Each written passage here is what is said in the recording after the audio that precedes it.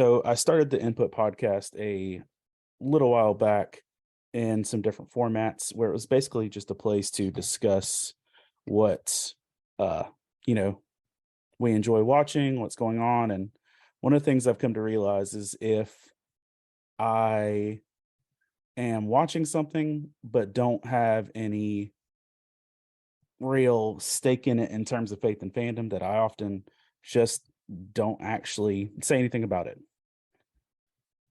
And so this today, we're just kind of kicking this back up because there's a few things that I've been putting in my life and in my entertainment and some downtime that I just thought I'd kick off and talk about a little bit. So if you're watching this live on Facebook, this will also be on the Faith and Fandom podcast channel, and you'll be able to listen to it just in audio format there.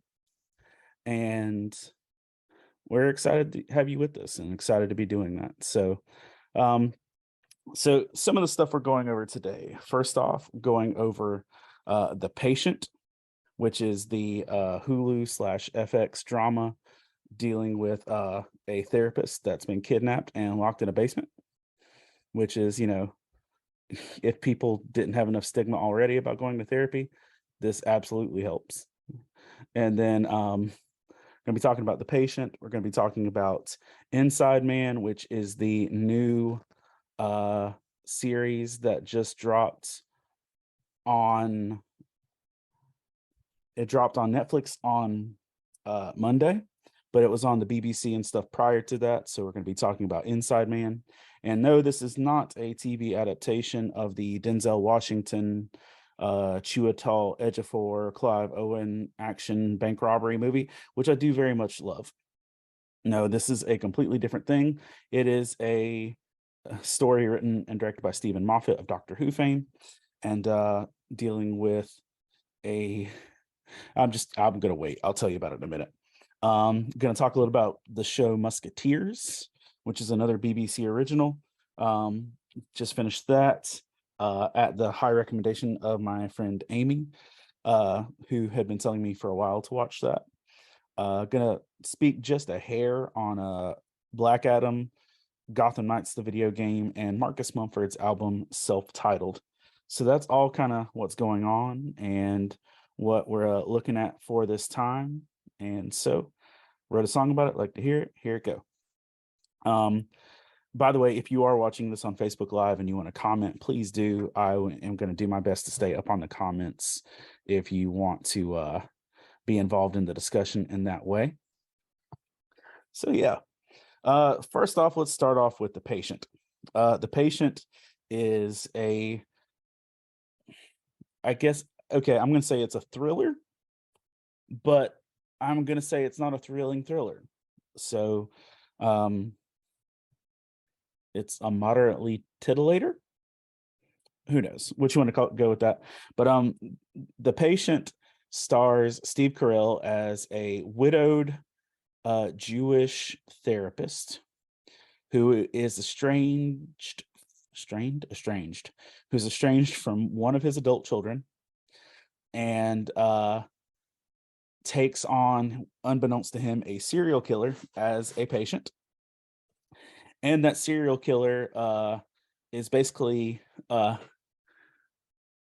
scouting him out to see if this guy can fix him from being a serial killer.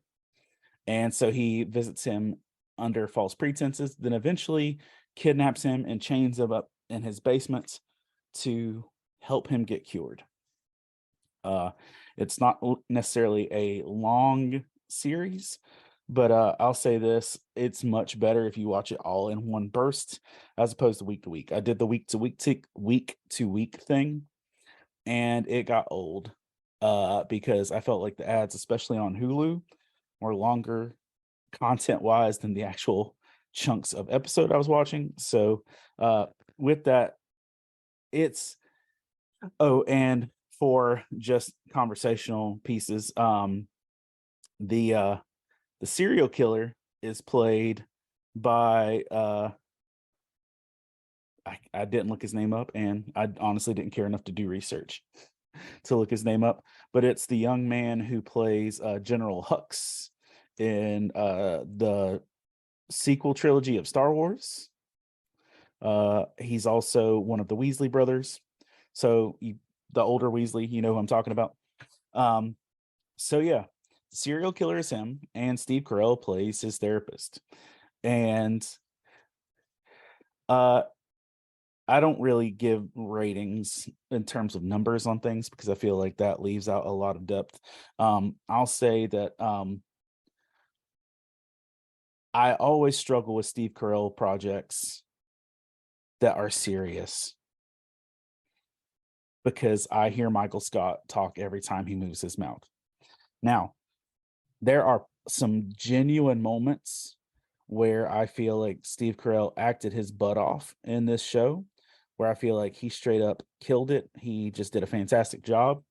But there are some moments where he's trying to say something very, very serious, um, life or death serious, and I giggle because I hear Michael Scott. There was one moment uh, where he was just sad that he was out of foot cream, and the way he said it, I just giggled. Um, but yeah, so he is kidnapped by the serial killer in the hopes to be able to overcome his urges to murder people. And what kind of makes me laugh a little bit more is that the serial killer's day job is a restaurant inspector, like a health inspector. And uh and most of the people that he ends up claiming as victims are people he works with in the restaurant industry. And having being someone that deals with the restaurant industry on a pseudo professional level sometimes, I get it. I see that the frustrations and stuff that could be there could be a real thing. Some interesting points to the show. Uh, I mean, I'm going to keep the spoiler free, by the way, just in terms of actual plot lines. Some interesting points is the fact that it uses Judaism very heavily. Like, this might be the most prominent representation of Judaism on mainstream television in a hot minute, not just where someone's identified as a Jew or of the Jewish lineage or faith, but of someone who actually heavily practices Judaism. And one of the big divisions slash skirmishes slash problems that arise in the show that cause he and his son to be separated are the fact that his son has gone Orthodox Jewish in their faith, and thinks that his father and at that time mother aren't genuine in their faith. That because they're not as hardcore in their practice of Judaism, that they don't actually have a genuine relationship with God, to the point that's actually stated at some point. And as being, obviously I don't deal with that in terms of Judaism on a regular basis, but being that I deal with Christians and believers in different aspects where there's some people who are very casual in their faith, and then there's some people that are on some gangster-ish when it comes to their faith. It just really it was a very good depiction of what it looks like for people to be at opposite ends of how seriously and how dogmatically they take things. And so that was a really good representation. Also, you see some things like worship being led inside Jewish temples, and some specific things that go along with prayer times and the Sabbath and stuff like that. So that was pretty neat. Another just cool factor is David Alan Grier. If you remember him from In Living Color fame and back in the day, David Alan Grier also appears in this series as a therapist in a very interesting way. And yeah, it's just David Alan Grier, and I can't give you too much without spoilers. But yeah, David Alan Grier plays a very interesting therapist in this. And but then also one of the most alarming things about the series is that really what it feels like out of nowhere, it starts doing a lot of stuff dealing with the Holocaust. Like, once he's imprisoned and chained up and awaiting death, maybe like the third or fourth episode, out of nowhere, we start getting Holocaust visuals. And I was just, I was not quite ready for that, but it was, it was well done. It was tastefully done. And one of my favorite influences in terms of writing and life and stuff is a man named Viktor Frankl, Man's Search for Meaning. Um, he's actually depicted in the show, and I was really excited the first time they mentioned someone in Auschwitz in the storyline as Victor. I was like, "Oh, is that a Viktor Frankl?" And lo and behold, it was. So it was pretty cool. Um, overall, the show is going to give you a really solid idea of therapy, pretty pretty openly. It's gonna give you a really interesting depiction of Judaism and what that looks like in terms of family. And even if that's not your practice, I genuinely think wherever your faith lies, you're going to be able to see uh some solid truths of how that applies to us and how we practice what we believe affects others. So that's totally a thing. And yeah, my one complaint that I'm just gonna like harp on is that and I don't know if it's bad product placement. I don't know what's up, but the serial killer very often is seen drinking from a Dunkin' Donuts coffee cup. Now, that's obviously fine. People can drink Dunkin'. That's not an issue. My problem comes in the fact that in terms of an actual production level and practicality and stuff like that, the cup is always super duper empty. So when they're filming it and he's drinking his Dunkin' or finishing his Dunkin' or whatever else it is, like it straight up is very clearly an empty cup. And if he's using an empty cup as a way to like divert social attention and anxiety and stuff, that's great. But if he was genuinely supposed to be acting like he was drinking from that cup and it was not empty, it was badly done and disappointing. So yeah. Um that's just been a thing that was on my mind, and every time I saw him pick up a Dunkin' cup, I kind of cringed in advance. Um so yeah. Overall, The Patient was worth watching. It is definitely better watching in one fell swoop and as something that can be, digested very heavily together. And so yeah, if serial killers and therapy are your hot buttered toast and jam, then I recommend this one. If none of those things excite you and you don't like Michael Scott, don't do this. It's not for you. And so yeah, just throwing it out there. Uh that's my overall take when it comes to this. And it was a good experience. I really did enjoy it. And so yeah. Now that's gonna bring me over to Inside Man, which is a David Tennant series. David Tennant and Stanley Tucci. Um and it is written and directed by Stephen Moffat. Now, this is something that premiered on the BBC, and I was very anxious to watch it when it premiered on the BBC, but I didn't have BBC. And what made me just really hype about seeing it is it's David Tennant as a pastor. And if y'all don't know, in real life, David Tennant's dad was a pastor. So I feel like he is um, uniquely equipped to give a solid representation of what that actually looks like.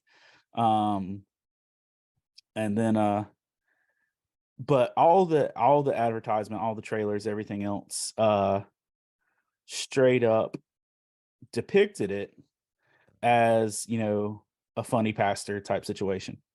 And there is not a lot of stuff that I can say here that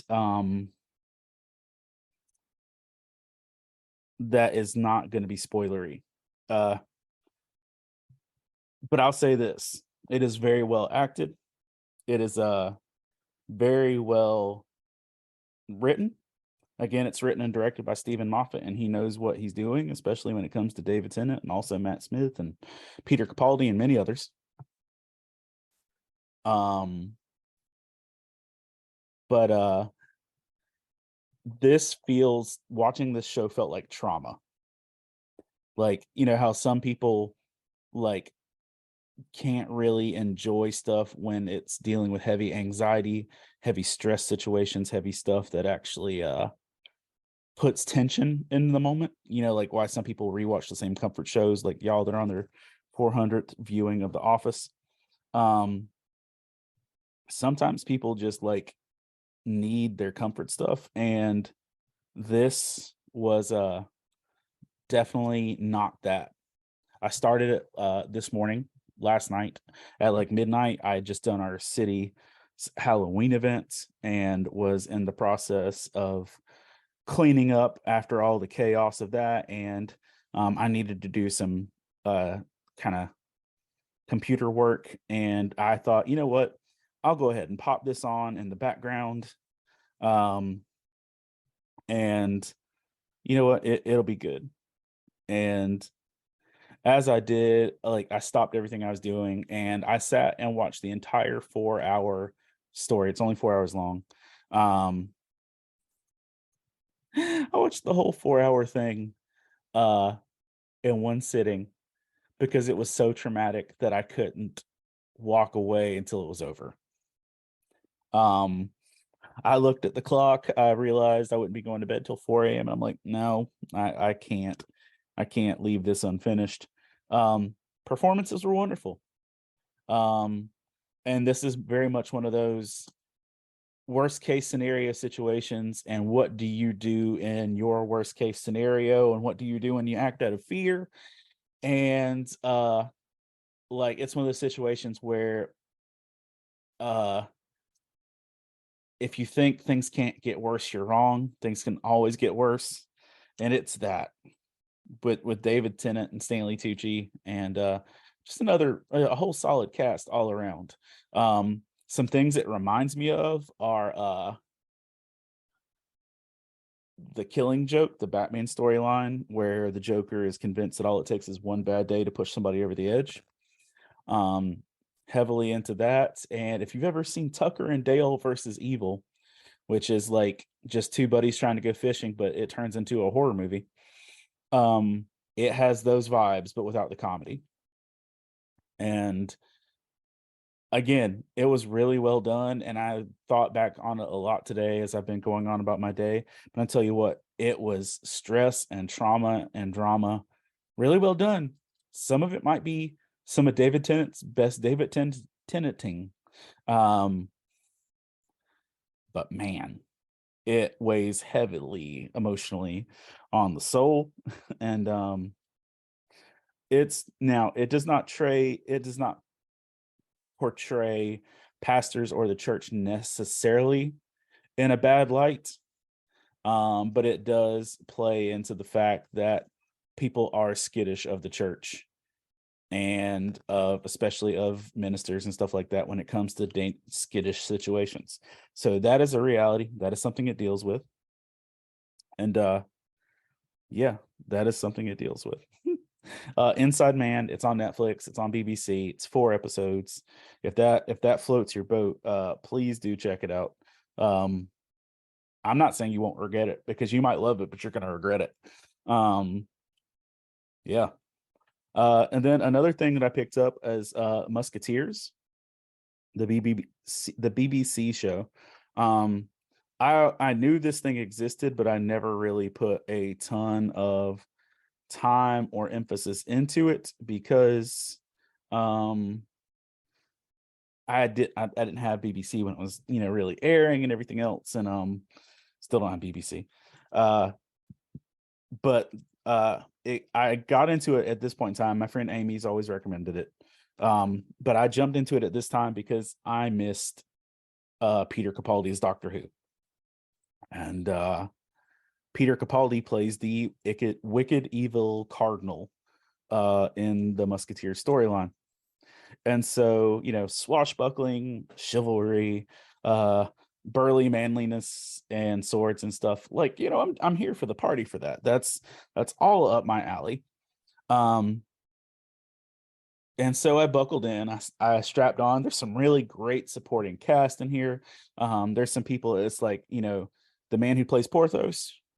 I would watch pretty much whatever that dude's in. I've not even IMDb'd him to see what else he's in, but I would watch whatever that guy's in because that dude was a beast. And I would be glad to jump in and watch whatever he's doing with that. But what I wasn't prepared for, the show's only 3 seasons long. What I wasn't prepared for is the fact that I started this show for Peter Capaldi. Like, he is why I started this show. When you get to the end of season 1, there's this cliffhanger, so not even really a cliffhanger, where the Cardinal has been caught in his treacherous schemes, and he is spared by the Queen, and he's set up for this redemption arc where he's either going to be deep in a redemption arc, or he is going to like be the biggest villain in the world's ever seen. And I'm so pumped for where this is going and what it's going to be like. I'm so excited for it. Start season 2. Season 2 starts at his funeral. No backstory, no plot lines, no cameos, no nothing. He was made to be like he was going to be the main villain of the entire show, and then he disappears. What I failed to realize when I started this show is that this is the show he was doing when he got cast as Doctor Who. Cast in Doctor Who. Sorry. And so he got cast as the Doctor between season 1 and season 2, so he dipped to make Doctor Who. Now, his presence is definitely felt, and some of the villains that took his place were kind of weak sauce at times. But if Musketeers, if swashbuckling, if any of that kind of stuff is your jam, it's really well done. They explore some treacherous marriage stuff. They explore some stuff with faith. They explore blended and broken families. You'll see some folks you recognize from different things, like the guy who was Gaius Baltar in Battlestar Galactica has a role. The young man who played Goyle from Harry Potter is in it, who I work with at Fayetteville Comic-Con. Or Crab or Goyle, I can't remember. Former Harry Potter people are in there. Immense. And, as the phrase goes, England only has like 8 actors anyway, so they all kind of cross over. But you'll see lots of people you recognize. But it was just a fun show. I was really concerned that it wasn't going to end well and it was just going to be canceled, but it actually ends well. It has an ending. It's well done. So if you're up for something that's 3 seasons of just swashbuckly stuff, jump on it. I think I made a couple memes of it. And memes aren't always indication of the quality or the content of the show. It's just that it's got good lines. And Musketeers had a lot of good moments, but hard to meme. And I'll say this, Inside Man had some stuff that was good and memeable, but dang it, I just didn't want to after actually watching it. So yeah, that was a thing. So The Patient, Inside Man, Musketeers, and by the way, The Patient's on Hulu, Inside Man's on Netflix, Musketeers is on Amazon. And yeah, on the only other watch thing, and you can tune into the newest episode of the Pull List podcast, which is coming out on Wednesday, episode 77, for a little bit of my review of Black Adam. And I'll say this, Black Adam's just a fun use of popcorn. It's not going to change the superhero game, and if you want to watch some Mortal Kombat level violence and a kid on a skateboard basically reenacting Freddie Freeman's role from Shazam, and there's just there's a lot of fun to Black Adam, but it will only be fun if you don't go into it with a chip on your shoulder. Because if you're expecting new, revolutionary, or something that's going to change the superhero genre, it ain't that. And sadly or oddly enough, this is like to be The Rock's best focused project. Like, he's spent 10 years making this happen. It feels like he gave the least performance out of most of the things I've seen him do. Um, Either way, he had fun. It sets up the further DC world, and we'll see how that plays out. I enjoyed watching it. I don't regret watching it. Um, you know, it's not the Batman. It's not, on that caliber, but it is fun. And I'll say this, it's way better than the Eternals. And yeah, there you go. Um, so there's that. And I didn't put this in the description stuff. I'll fix that later. But I also wanted to talk real quick about the Doctor Who, the Power of the Doctor. That was something just watched recently, and my friend Amy, who is also the same person who recommended Musketeers to me, I asked Amy to give me a quote on it because she's one of she's a very vibrant Whovian who I knew would have thoughts on it. So here's just some quotes from Amy. That she felt like it was a love letter to classic Doctors. I totally agree with that. Yeah, almost like the 50th part two that features them. And I'll say this too: the 50th anniversary, this had strong 50th anniversary vibes. And the history of it, which was Chibnall's, I always say it, or Chibnall's, the guy who made this season and Broadchurch. He's really good at that. And Amy says, I know some people probably didn't like another Doctor Master finale, but Jodie and Sasha gave such a strong chemistry. It was hard not to have them compete. And I'll say this, the Master really kind of stole the show. And his whole portrayal as the Doctor Master thing situation was wonderful. And I felt like he really killed it. And he was a very solid entry into the Master. Missy is still fantastic to me, but I feel like Sasha did a fantastic job as the Master. Amy goes on to say, to me, the show they really showed the dynamics of how far they go back with their relationship. It was cool to see how Sasha toyed with the classic companions, felt like the writing showed respect to the past. And that was super great. Sarah Jane was always the cool, notable character, and she got her own spin-off. And Billy Piper is obviously Billy Piper, and people care. But this showed a lot of respect to classic companions. I loved seeing their reaction to Jodie. Also loved the idea of the Kurnox was brilliant. So 5 and 7 could give proper closure to Tegan and Ace. And that was really cool that you could have doctors who never really got to say goodbye in a good way. And they nailed that. They did really good. Amy's only complaint is that she felt that Dan's leaving was very abrupt, and get why he did it, but it wasn't great for a dynamic for an actor, and it was true. Amy goes on to say, I cried a lot, but really cried with the companion circle because they went as far back as the first Doctor with Ian, a beautiful symbol of support in the most unlikely of places. I saw theories of the open chair. Maybe 2 are for Sarah Jane, or Donna, because 10 will be able to stabilize her memories. And that's the companion circle was a really great moment, and the idea that all of these companions that get abandoned by the Doctor need support with somebody they can talk to. It's a really beautiful idea, and they really played that out well. Obviously, if y'all have seen the internet lately, David Tennant's back. I'm happy Amy writes, I'm happy that David is back and like the idea of no memories, and a big fan. She's a big fan of Neil Patrick Harris. She's excited he's a villain. But mixed feelings too. It feels like a way to win back fans who didn't like Jodie. And realistically, that's, I think that's a case, is that they took a risk with Jodie and it didn't work out as well as people hoped. And they're bringing David back for a minute to lure everybody back in and almost like be an appeasement to fans so that more people can jump back in with our next Doctor. And I'll say this, and I stand by this statement because I've been through. I was here through all of Jodie's run. I don't ever think Jodie was a bad Doctor, and I don't even disagree with a lot of the companions.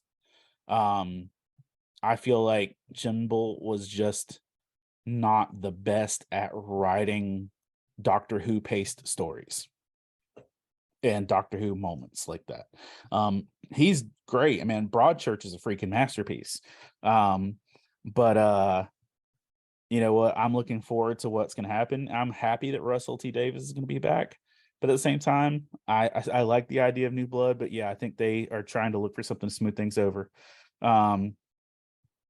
And that the Power of the Doctor really does fit right up there with the 50th anniversary.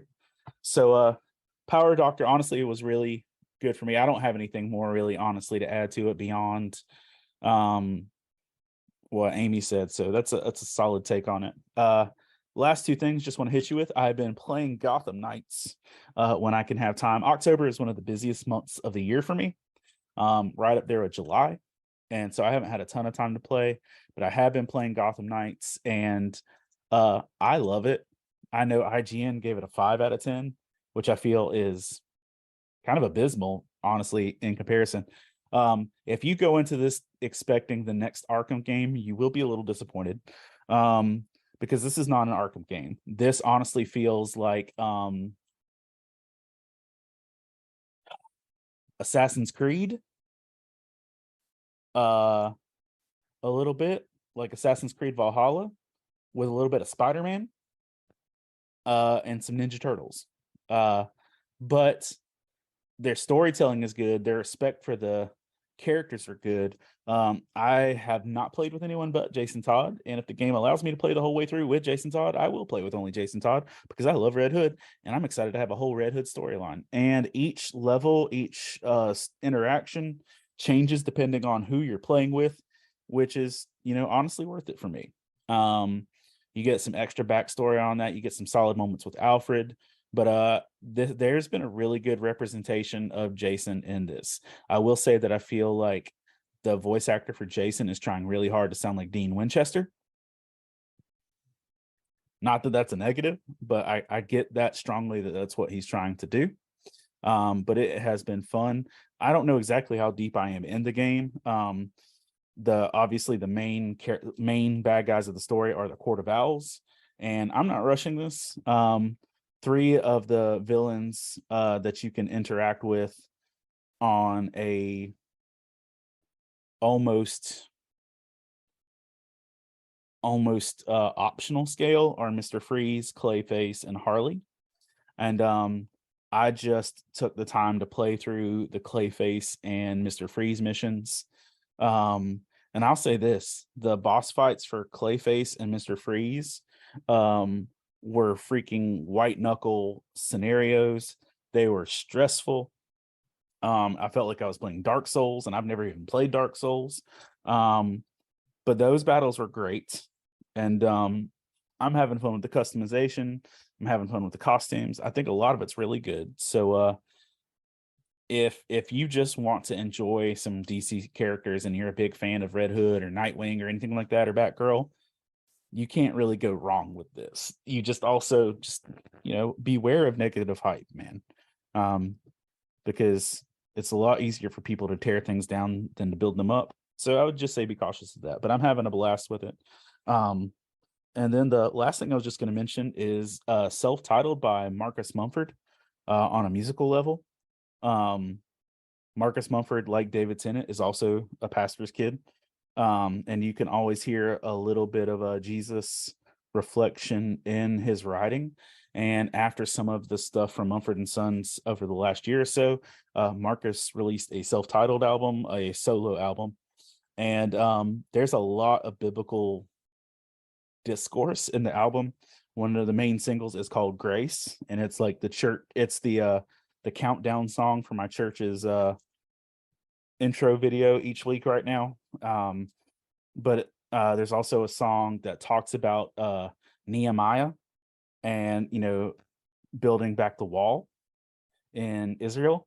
And then there's also a song that's all about John chapter 8, about when Jesus uh wrote in the sand, throwing stones and everything else, called Stonecatcher. Um, they're all those things are woven through relational situations, but it's still really neat to hear those references. It is explicit lyrics. There's one song, like every other Mumford album, that uses the F word just because they can. But I found it lately to be a really solid go-to for me emotionally and everything else, just enjoying the process. So that's my input. That's what's been going into my entertainment digestion level. What are you watching? What are you playing? What are you enjoying? Love to hear your comments. Love to hear your feedback on this. If you're watching this on Facebook Live, make sure you like, share, comment, do whatever you want to do there. If you're listening to this on our podcast or on YouTube, join on over there as well, and do all the things that we say to do on the pull list while Chris is closing the show, because I don't pay attention enough to actually say that in the correct order. But thank you for listening. Thank you for doing this. And also we have a new book dropping in November. We'll see. Rebecca Godlove, who's one of our partners in a lot of things, is editing that book, and she said that I'm getting the final of it in the next day or so. And it is a non-nerdy devotional, but she had some good commentary on it. So there's a new devotional book that'll be coming out there, and then once that's done, I'm focusing heavy on book 9. So yeah, I've got some outlines on stuff for that as well. But I want to take time and let it be organic as well. Thank you to our Patreon supporters.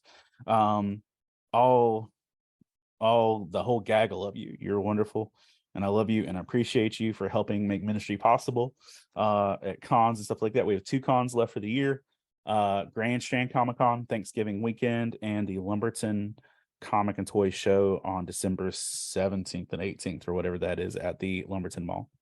So that's it for me. Thank you for listening. Thank you for watching. Thank you for caring. And I hope you have a great night. God bless.